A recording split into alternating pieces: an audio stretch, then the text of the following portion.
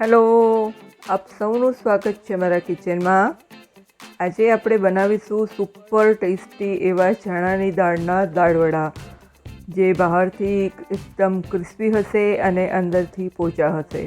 ચા સાથે ગરમા ગરમ દાળવડા ખાવાની મજા પડી જાય એવા દાળવડા બનાવવાના છીએ આજે. તો ચાલો જોઈ લઈએ રેસીપી. એના માટે સૌથી પહેલાં લઈ લીધી છે 2 વાડકી ચણાની દાળ. ચણાની દાળને સાફ કરી અને ધોઈ લેવાની છે. લગભગ 2 થી 3 વાર સરસ રીતે ધોઈ લેવાની છે.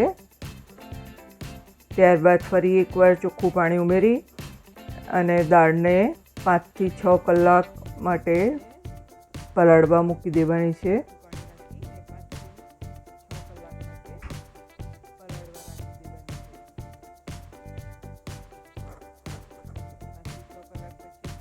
પલાળ્યા પછી આ દાળ જો સરસ પોચી થઈ જાય છે, આ રીતે ફૂલીને દાણો સરસ થઈ જાય છે. હવે મિક્સર બાઉલમાં દાળ લઈ લીધી છે, સાથે લીલા મરચાં, લસણ, આદું, જીરું, વલિયારીનો સ્વાદ અને સુગંધ આ વડામાં ખૂબ જ સરસ લાગે છે, જેથી ચોક્કસથી ઉપયોગ કરજો. સાથે લીધી છે હિંગ. સૂકા ધાણા તમને ગમતા હોય તો એ પણ લઈ શકો છો, એનો ટેસ્ટ પણ ખૂબ સરસ લાગે છે. અને આ બધાને પલ્સ મોડ પર મિક્સરમાં ગ્રાઇન્ડ કરી લેવાનું છે. પાણી નાખવાનું નથી. જરૂર હોય તો 1 થી 2 ચમચી જ પાણી નાખવાનું છે. આ રીતે ખીરું તૈયાર થઈ જશે. બધી દાળને આ રીતે પીસી લેવાની છે.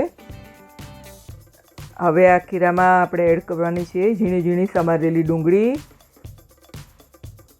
લીલા ધાણા, થોડો ફુદીનો અને મીઠું. બધાને સારી રીતે ભેળવી અને આ ખીરાને સરસ ફેંટી લેવાનું છે. 5-1 મિનિટ સુધી ફેંટવાનું છે, જેથી અંદર હવા ભરાશે અને ખીરું હલકું થઈ જશે, જેથી વડા બહારથી ક્રિસ્પી બનશે અને અંદરથી એટલા જ પોચા બનશે. આ પલાળેલી દાળ મેં 2 થી 3 ચમચી રાખી હતી. એ દાળને પણ આમાં એડ કરી દેવાની છે. જ્યારે વડા ઉતરશે, જ્યારે વડા સાથે આ દાળ તળાશે તો ક્રન્ચી ખૂબ સરસ લાગશે. તો આપણું ખીરું તૈયાર છે અને ગરમ તેલ કરવા મૂકી દીધું છે.